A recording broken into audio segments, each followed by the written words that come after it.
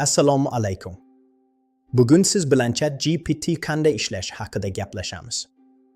Ko'pchilik ChatGPT ni insondek fikrlay oladi deb o'ylaydi. Aslida esa unday emas.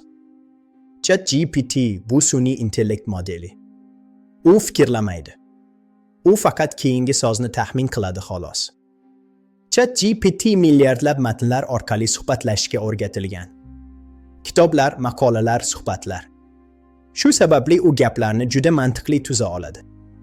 Siz savol yozganingizda ChatGPT butun jumlani oldindan bilmaydi. U har bir so'zni bittadan tanlaydi.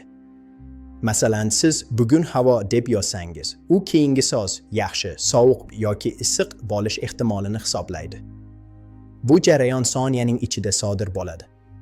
Shu sababli javob juda tez chiqadi. ChatGPT tushunmaydi va his qilmaydi.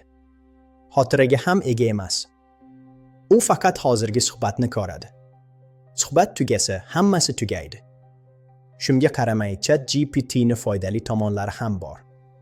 U o'rganishga yordam beradi. Matn yozadi.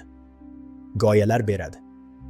Kelajakda bunday texnologiyalar ta'limda, ish jarayonida va kundalik hayotimizda yanada ko'proq ishlatiladi. Eng muhimi esa bu texnologiyani to'g'ri tushunish. Agar texnologiya qanday ishlashini oddiy va tushunarli tarzda bilmoqchi bo'lsangiz, kanalimizga obuna bo'ling. Texnologiyalarni birgalikda tushunamiz.